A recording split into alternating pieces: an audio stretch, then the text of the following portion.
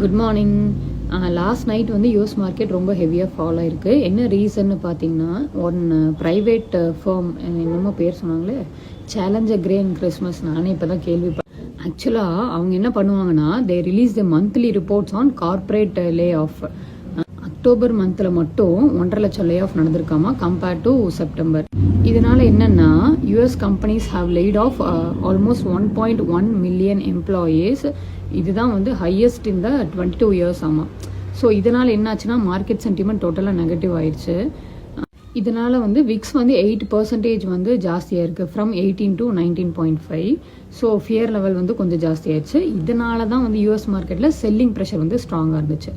Next வந்து Trump ஏதோ India வராராமா.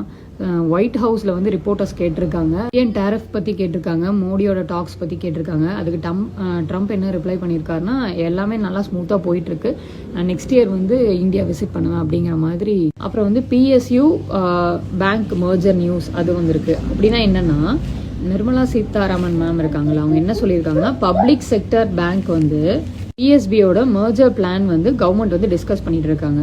RBI banks எல்லாம் கூட கன்சல்டேஷன் ஸ்டேஜில் இருக்கு. இப்போ மெயினாக பார்த்தீங்கன்னா, union bank of India and bank of India merge ஆகிறதுக்கு சான்ஸ் வந்து கொஞ்சம் ஜாஸ்தியாக இருக்கு. இவங்களோட எய்ம் என்னன்னா, ஃபியூ பேங்க்ஸ் பட் ஸ்ட்ராங் பேங்க்ஸாக இருக்கணும் அப்படிங்கிறது கிரியேட் பண்ணணும் அப்படிங்கிறது தான்.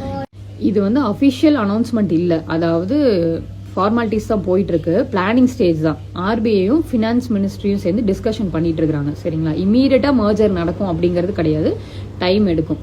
இப்போ இதனால மார்க்கெட் எப்படி அஃபெக்ட் ஆகும் அப்படின்னா, இந்த நியூஸ் வர ஸ்டார்ட் பண்ணதுலேருந்து பிஎஸ்சியோட பேங்க் ஸ்டாக்ஸ் வந்து 1 to 3% வந்து அப் ஆயிருக்கு. So bank of India, BOP, union bank இது எல்லாமே கொஞ்சம் ஜாஸ்தியாக இருக்கு. அதான் 3 விஷயம் இன்னைக்கு. அதாவது யூஎஸ் மார்க்கெட் வந்து கிராஷ் ஆயிருக்கு due to lay off data.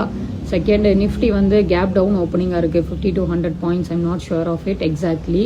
அப்புறம் பாசிட்டிவ் சைடு பார்த்தீங்கன்னா, ட்ரம்ப்ஸ் வந்து இந்தியாஸ் விசிட் அதை பற்றி சொல்லியிருந்தேன்ல அது, ப்ளஸ் அந்த பிஎஸ்யூ பேங்கோட மர்ஜர் டிஸ்கஷனு.